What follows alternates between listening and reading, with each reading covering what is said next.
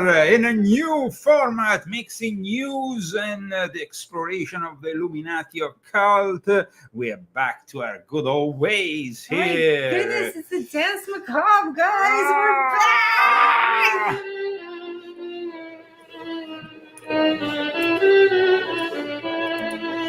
What did we do this week? We celebrated a 10th year wedding anniversary. He was so romantic. I was romantic. I wasn't expecting I it. was romantic.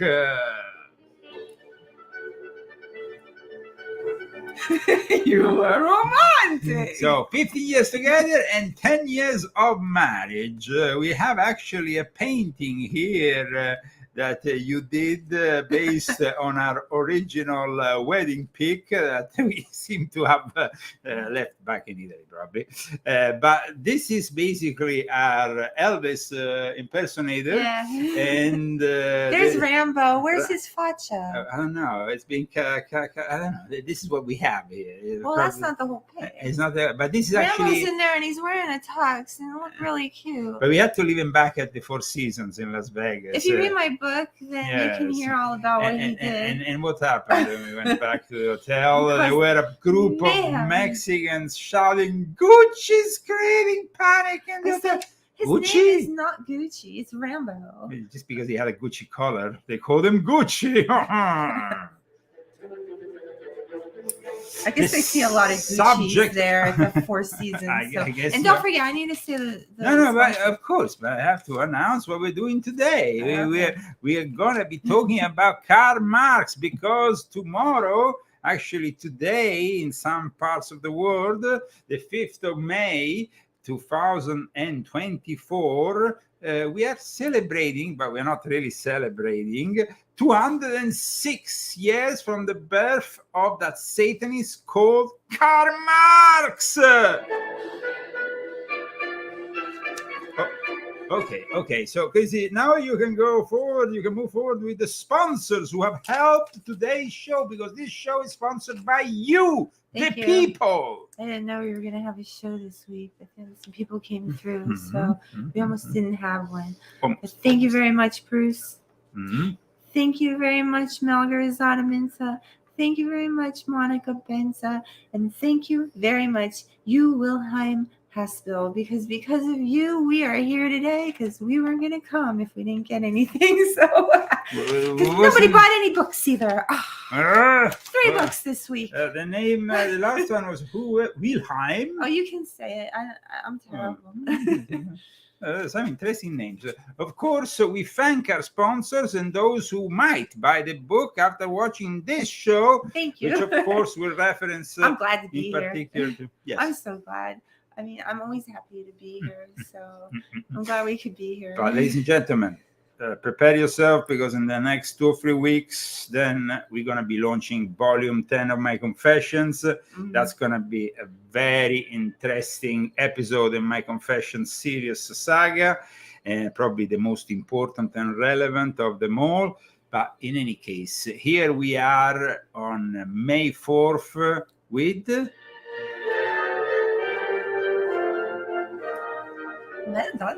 You're gonna still enjoy Medieval, the track by Vincenzo Viceversa, between the first and the second track of this show. Second part of this show. The reason why we have a first part and a second part, and this needs to be clear for all of you who are watching us on YouTube, is that because of the increased censorship exercised by YouTube algorithms, we have decided to preserve the hottest topics that might get censored for part 2.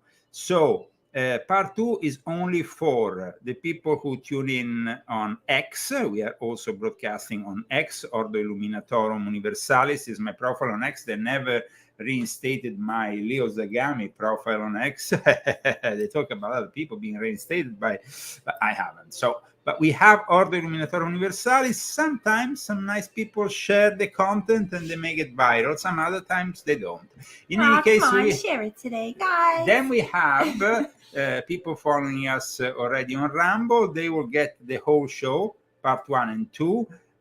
But remember, if you're following us on YouTube, you immediately need to subscribe to our Rumble channel or on my Ordo Illuminatorum Universalis profile on X, so you can follow part 2 of the show with the extra content. I need to reiterate this. I know it's boring, but it's important. It's very important. It's better than the PayPal reiteration. Mm. I'm so sick of that one. PayPal? But We don't have PayPal. Well, we don't We've have. been banned from PayPal. Well, we have so PayPal. We have this and that and blah, blah, blah.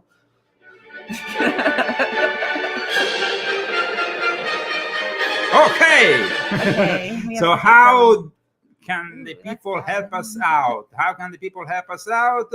They can help us out by donating through GoFundMe and through Cash App. You can find the Cash App handle at leozagami.com. I'm going to now. Or you can buy a book. If you have all his, you can get mine. That's true. Here's your book. They're entertaining. I mean, yes. Okay. That's good. That's good. I think there's another one too. I don't know where it is, but it's like volume 2. So. Okay. And my cookbook is it's on hold right now because I must do my volume 10. So I'm not doing my cookbook. Editing. I have to do it. I have to concentrate, guys. So. Yeah, she has to concentrate. There's a lot of work to do. It's a lot of work. It's 7 chapters. 7 chapters. You're gonna be. I haven't read it. I haven't started yet, but I'm about to start. Starting next week. So I'm preparing myself. Prepare yourself. Okay, at this point, let's start with a bit of news before getting into the topic of the day, because, of course, we have some news, but the news is always connected the most interesting. Well, we can say that a little bit between brackets, but it's a little interesting, not so interesting, but it is Biden. Biden, who presented his medals of freedom to his friends, because, you know, when these presidents are at the White House, they then tend to give all their friends a medal, a recognition. One of the Medal of Freedoms was given to climate extremist John Kerry. He's very tall. Joe was getting a little bit confused, and he was having some problems in putting this collarette on John Kerry. Check this out. He worked for peace, negotiated arms control, and forged the historic Paris Agreement on climate change. He built on that work as the first ever special presidential envoy for climate. His bold and relentless public service reflects his enduring belief in America, where our best days are still to come. Definitely, they're still to come, because until you have Joe Biden, they will never come. That's the big problem here. Now check this scene out, because now he's about to strangle him.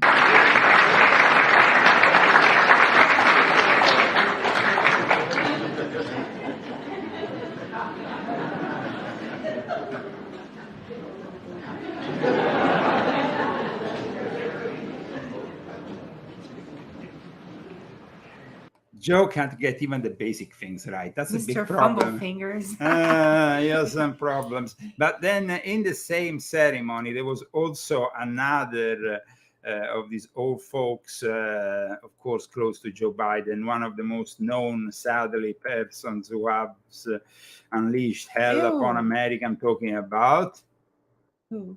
Nancy Pelosi. Oh, there's so many of them. Unleashing hell on America. Yeah, but it's like coming from all angles. And Nancy Pelosi is really Nancy Pelosi. Oh, terrible. She's still around. Known forever as the greatest Speaker of the House in American history. The greatest Speaker of the House in America. What are you talking about? The daughter of a mafia boss? No, whatever. This is insane.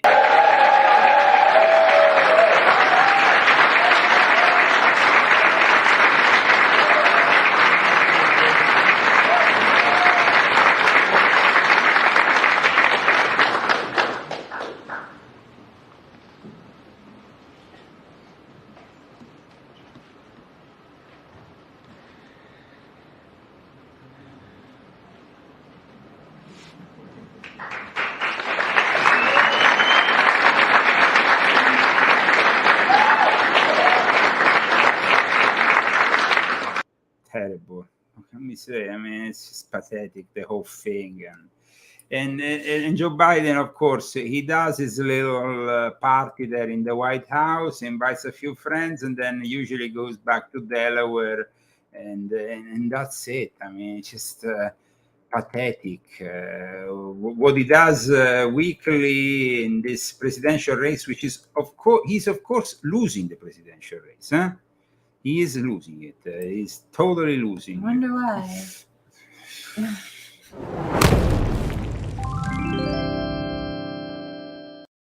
Distinguished guests, the President of the United States.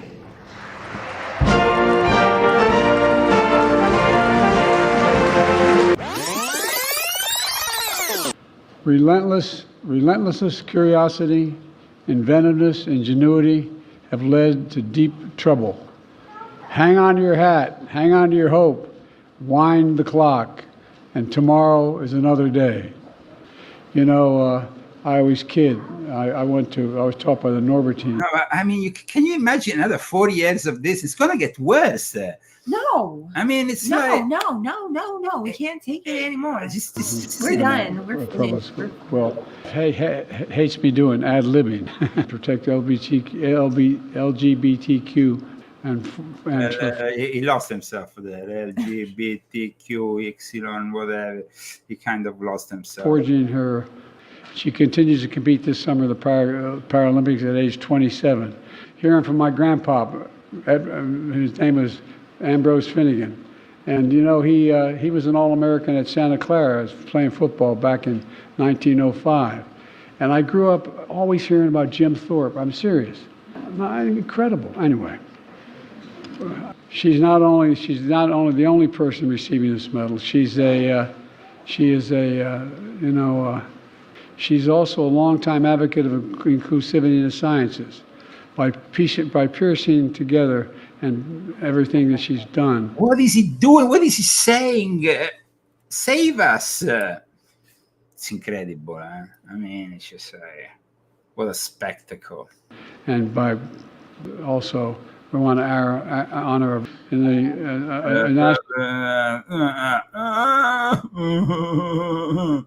National Union. And Nixon won my state by 60% of the vote, but I was down and championing, just learning from him. And guess what? I won anyway. Michelle Yeoh, her roles transcend gender, cultures, and transgender. You can't get it right. It just can't. I can't do this anymore. I can't look at him anymore. I can't stand this guy. Languages. Another inspiration, not just to me, but to Bob Dole. On January 6th, Nancy stood in the breach. January 6th, because he always he likes to rehash. I mean, the main person responsible of January 6th was amongst them. It's called Nancy Pelosi. And then the main person responsible for this climate change alarmism and fake news is not John Kerry. Also, there was there was John Kerry, and we saw him taking the word. But there was also Al Gore, the father of all climate change lies. Oh yeah, that guy. He's totally absolutely. And defended democracy. With her husband Paul, they stood up to extremism with absolute courage, physical courage. My fellow Americans, I congratulate the Presidential Freedom Medal recipients and their families for their relentlessness and curiosity. And now I'm going to make sure we provide those medals and put them around your neck.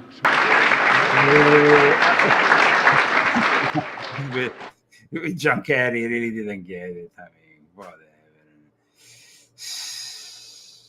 Pathetic. Nancy Pelosi. And then we have, like I said, also Al Gore. Al Gore is really the father of all climate lies. These were the worst people ever. They could have.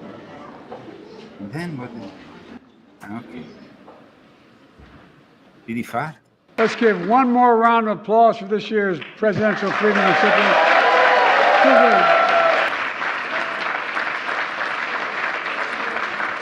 Okay, bring him out of nowhere, but out of the White House, because this guy is too much. We needed to focus on him a little bit because, of course, it's incredible people can even think about voting him. No? This was a week in which we saw a lot of Marxism, a lot of communism, a lot of anarchy, all in one place, the campuses of America, where, of course, there was a lot of anti-Semitism. But as you will see in a moment with Karl Marx, anti-Semitism was part of his message. Paradoxically, he was Jew. And this is something that we will also need to explain during the special dedicated to Karl Marx and the birth of a Satanist. But let's move forward, because we have still a lot of news to discuss this week here at the Leo Zagami Show before entering into our special. We are, of course, about to witness a new trip by Xi Jinping to Europe. He lives in China.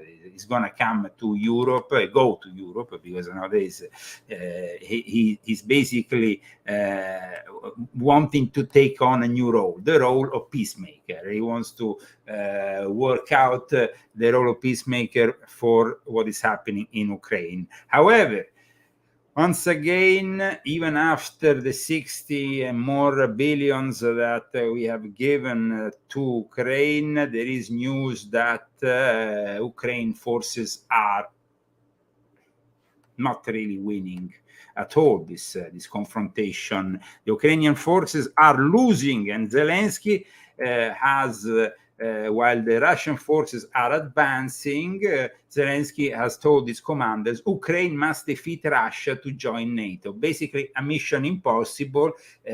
I see this money that was paid without really the consent of the American people, bypassed by these swamp Mike Johnson and those swamp creatures in Washington, D.C. I see it as a last payoff for having participated to this insane war against Russia. You know, like, let's give him the last payoff. Zelensky is going to buy more villas, more yachts. It's happened already that there is apparently news coming from Italy of more land and more villas purchased by Zelensky. But like I said, it's a payoff. He's going to be paid off. The war is going to be finished the moment Trump comes back into the White House, because, of course, that's it. And so we have basically thrown money out of the window, courtesy of Joe Biden and courtesy of the military-industrial complex, which, of course, has made a lot of money around this whole thing. You know? But the truth about what is happening at the moment is that Russian forces are advancing, Ukraine is struggling to build new defensive lines, and the only ones who are really believing in this war are Joe Biden, the Democrats, and Great Britain, because this is another thing. In Great Britain, we have a conservative government which exercises, though, the same kind of propaganda and influence regarding this war that the leftist forces here in America. So you see, together they are able of carrying on this war. But now Xi Jinping is coming, is going to Europe. He's going to visit France. He's going to visit also Hungary. So he's going to visit Viktor Orban, which is an interesting thing, because Orban, of course, we saw him also very close to Donald J. Trump in going to Mar-a-Lago and stating that at the moment he finished the meeting with Trump, he said, you know, this war is going to end up when Trump is in the White House. The Libertarian Institute has written this article saying Russian forces are advancing in several places across the 600-mile front line in Ukraine, straining Kiev's ability to build rear fortification. Some in the Ukrainian military fault the country's leadership for not building stronger second and third line defenses last year, while Russian troops were stalled. According to a dozen Ukrainian soldiers, government official and construction company director who spoke with the Associated Press, Kiev is struggling to set up new defensive line as its forces retreat. So, in warfare, this is basically simply called defeat. Retreat is defeat. The sooner, the better we get this war out of. But the problem here, you see, is that in the Orwellian never-ending war setup, the moment in which this war is finished, Taiwan will start. Why? And because then we will have a whole bunch of other problems that will erupt with China invading Taiwan. So at the moment, you see, the world economy can't really take on two wars of that magnitude. We have, of course, the problems that are continuing in Israel and in the Gaza Strip with Hamas that doesn't want to really accept this deal fully. They have only 1 week and then Rafah will be finally invaded. But the interesting thing that was brought up in the last few hours is that the United States apparently have demanded Qatar, which which is for the last few years, apart from being one of the biggest sponsors of Hamas, probably the bigger. Everybody talks always about Iran, but Qatar gives even more money than Iran. Even if Iran helps in the logistics, in the military training, in the equipment, but Qatar has a key role because they guest also the head of Hamas in a luxurious villa. He lives there while all his Palestinian people are suffering in the Gaza Strip. Well, will Qatar accept the United States' demands of expelling Hamas if the group rejects the Israeli truce deal? I don't think so. I don't think that will ever be possible. I think that the US can carry on demanding to expel Hamas, but Qatar will never accept. You will understand more about all this when my books comes out and the reason why they will never accept. So these are the wars that are being carried on at the moment. We said that these wars are never ending. We also saw the fact that Xi Jinping wants to have a bigger role in an eventual peace deal, which is inevitable. Of course, it's inevitable. The moment in which they all know that Trump is about to come back into the White House, so they need to hurry up to make it happen, no? And to not make brute figure. So Xi Jinping heads to Europe looking for a larger Chinese role in Ukraine.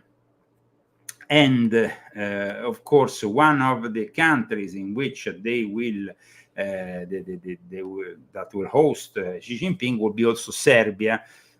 There was, of course, the bombing of the Chinese embassy there that kind of made the Chinese very upset, especially with America. So this is what is happening at the moment at the geopolitical level. In the meantime, Jerry Nadler, who is that very ugly, fat Democrat,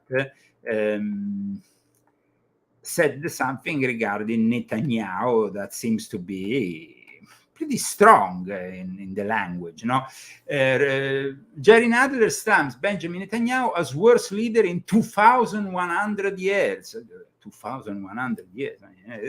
Pretty big statement by Nadler. Now, what we would like to know is how people, because people who these days are so anti-Semitic, anti-Jewish, can really carry on with their anti-Semitism, especially when they see that George Soros has basically financed all these idiotic students that were carrying this anti-Semitic protest in every university in America. So now all the people like Nick Fuentes, Kanye West, and all those alleged conservatives that carry on these terrible ideas of, they are like sustainers of Adolf Hitler. Well, they are in league with the people from the left. So they kind of like, these are your buddies, basically. All those people who continue with this never-ending charade of anti-Semitism, well, your buddies are George Soros and all the leftists and people like Nadler. So, well, now you know that you are in the wrong.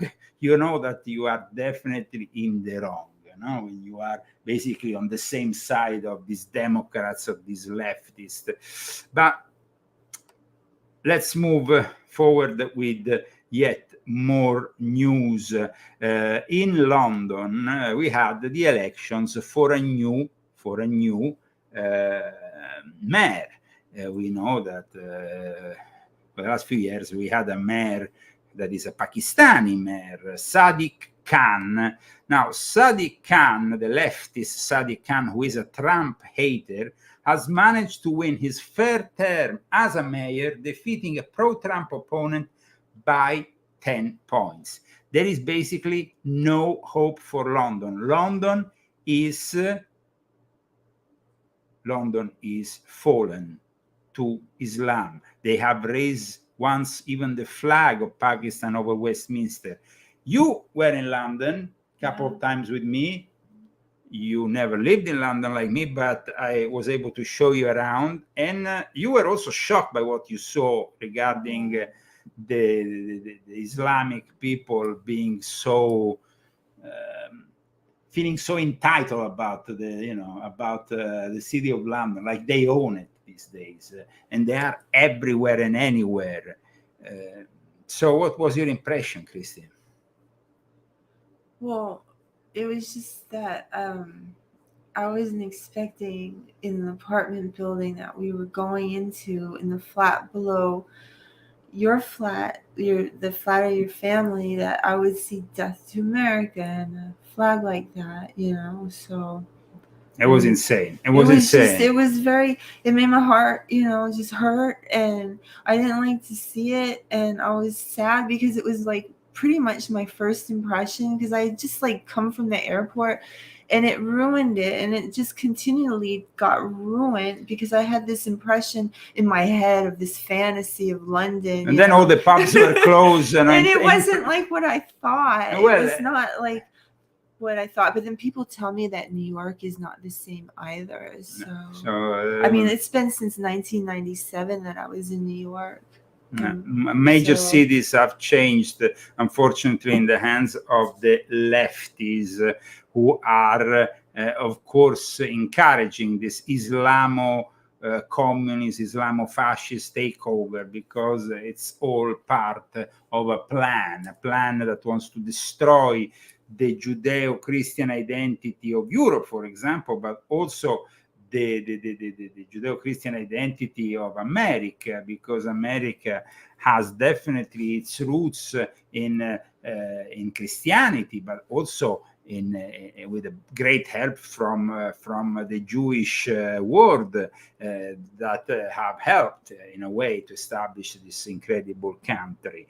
Now we have millions of Muslims here in America. We have also those indigenous ones from the Nation of Islam, but those are kind of a bit particular, and they are also very anti-Semitic. The Masonic roots of the Nation of Islam, there is a whole chapter. I don't have anything wrong with anybody, I don't, anybody. But I have problems with people that are living in this country and they don't appreciate it, and they don't appreciate just a second, I want to interrupt. I don't appreciate it, I don't like what I just, it's not about, it's just about people that are here that don't love America and don't appreciate America and want America to but burn. The problem here that people, and watching those campuses and all that chaos in the name of Palestine, people shouting death to America, Hamas and all that, being basically, Democratic Party becoming sort of an outlet for Hamas is insane. These are terrorists. The crazy thing about what we're seeing here today, and that needs to be stopped as soon as possible, is that unfortunately Islam doesn't integrate in the West, because even those who claim they are moderate Muslims, their ultimate goal is to establish this Sharia worldwide.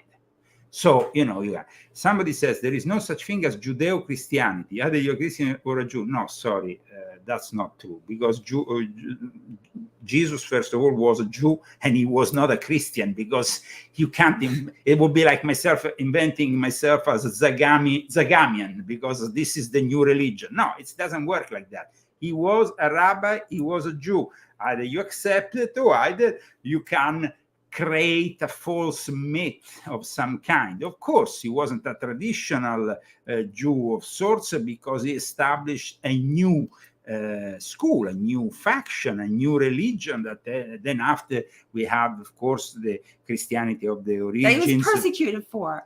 Yes, but also there was the Christianity of the origins with James, and then we have the Christianity of Paul, who allegedly never met Jesus. Some say he might have, but who knows? In any case, he shouldn't have met him, because he was already dead by the time Paul converted on the way to Damascus. This is basically what we are facing here. We are facing a religion which has some problems in, let's say, adjusting to a new setup. However, we need to understand that there is already 3 to 4 million Muslims living here in the United States who are American, and it would be a little bit difficult to suddenly, deport them. I mean, you can't deport them; they're part of America, so you have to accept that they are part of America. You simply have to understand a way to make them, to integrate them better, to actually encourage this anti-Semitism, this whole thing that is happening in the universities, which is, of course, also encouraged most of all by the professionals who work with George Soros. George Soros has financed these professionals. They found them in UCLA, in the other universities, people who are 40 years old, professional agitators, anarcho-communists who have only one goal: bring money home, and at the same time create chaos. And to do this, they're sponsored by Soros. Soros it's encouraging, and people say, but isn't Soros Jewish? Listen, guys. So was Adolf Karl Hitler. Marx. So was Adolf Hitler, and so was Karl Marx. The worst enemy of the Jew is the Jew. Is always the Jew. Always, always, always. There's no trying to find an alternative. No, that is the truth. The worst enemy of the Jewish persons, of the Jewish people, are always the Jew.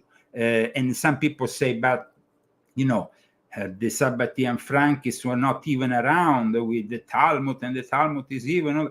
Guys, here, religiously speaking, each one can stay on their own position, but we can't become anti-Semitic and against a whole race of people, because that is completely unacceptable. I wouldn't like that very much. So I think that people also need to understand that there is good Christians, bad Christians, good Jews, bad Jews, and good Muslims, maybe even good Muslims. Now, I've had my own experience with Islam, and that's why I'm writing, and I'm just finished a book which is going to be published in the next few weeks, that's going to finally reveal you the Illuminati of the Middle East, and also the importance that they had for the whole development of the Illuminati here in the West. And I can tell you that in my own experience, there is very few Muslims who don't have the mission of establishing the Sharia. But those who have a direct relationship with God, who are not in organizations, because organizations are corrupt, but we can say that organizations and institutions are corrupt even in the Christian world. Absolutely. So that is something. Organized religion leads to corruption. Islam is also used by the Illuminati, and people still haven't understood why they have become so important for the establishment of this new world order. That's why I decided to write a book to finally explain this almost 1,000-year-old alliance that exist between the Muslim world and the Western world, the Christian world, this alliance that was basically established a long time ago and then was reestablished again and again, will demonstrate that we both have our own responsibility in what is happening here.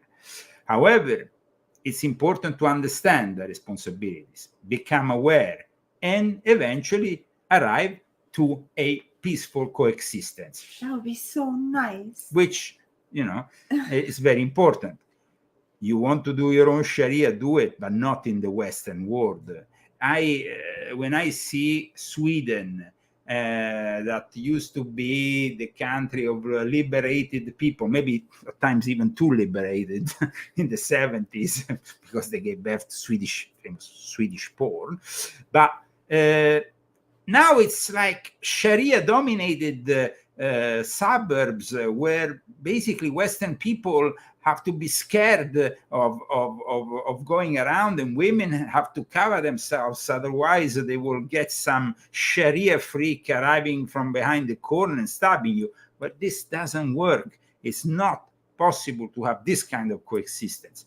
Coexistence is about respecting the fact that we have part of the world that has developed in a certain way because of Christianity, but it's also true that we have an immense debt with the Islamic world.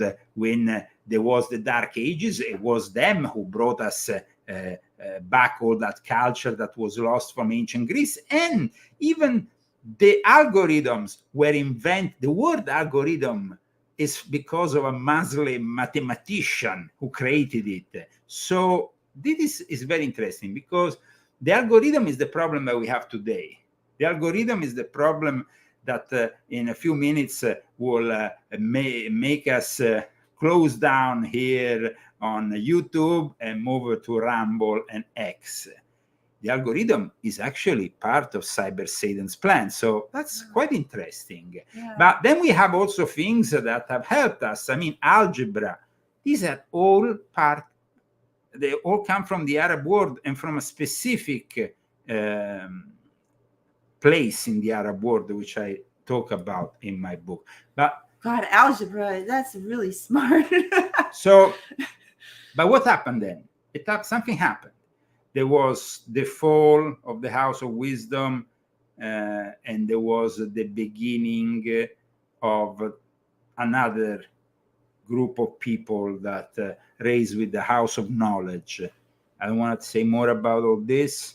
It all happened between Baghdad and Cairo.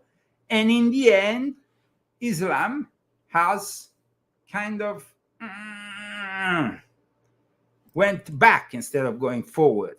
They could have moved forward and create beautiful civilization. Instead, they didn't manage. They failed, and they became manipulated more and more.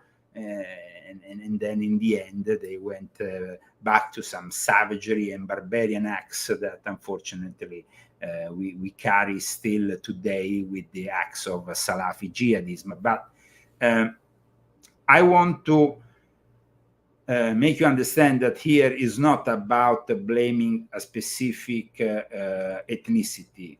It's about blaming some ideology. Now, Karl Marx was Jewish.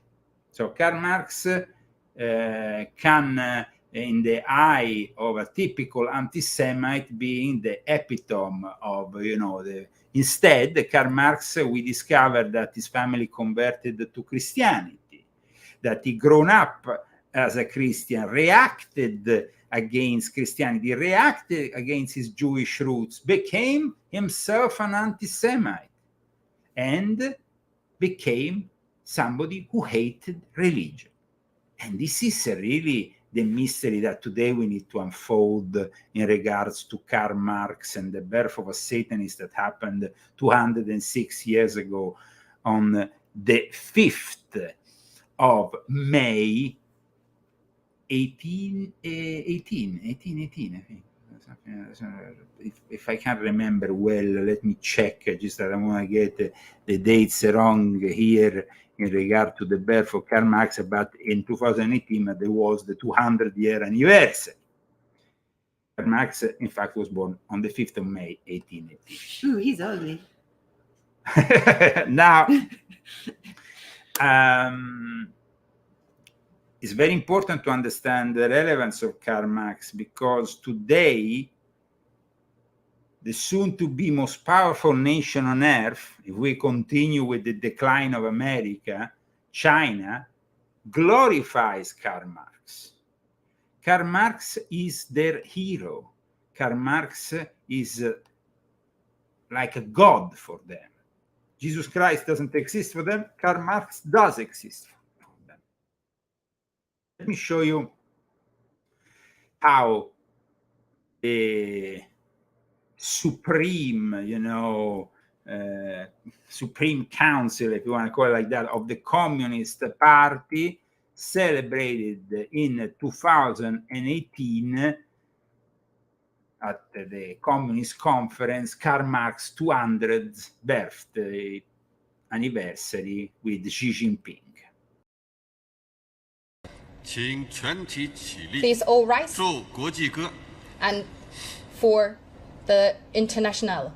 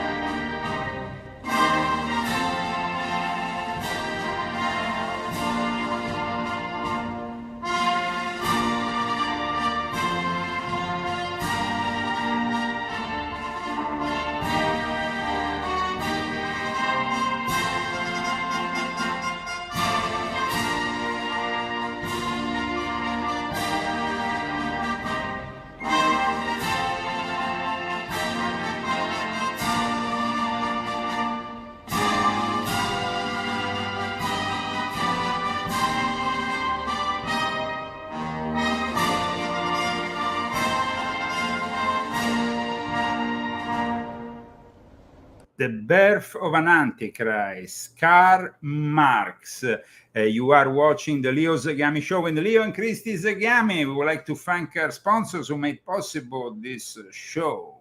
Okay, so Bruce and Monica Benza and you, Wilhelm Haspel and Margaret Minson, thank you very much. Thank you, guys. So, guys, now let me repeat because I think it's not clear for everybody who's watching us. X is going to carry on the second part of the show as well as Rumble. The people who are watching us on YouTube, remember, you no longer have access to the second part of the show if you stay on YouTube. So I would suggest to immediately go on Rumble to the Leo Zagami channel, or on X, Ordo Illuminatorum Universalis. Please continue to follow us also for the second part of our show.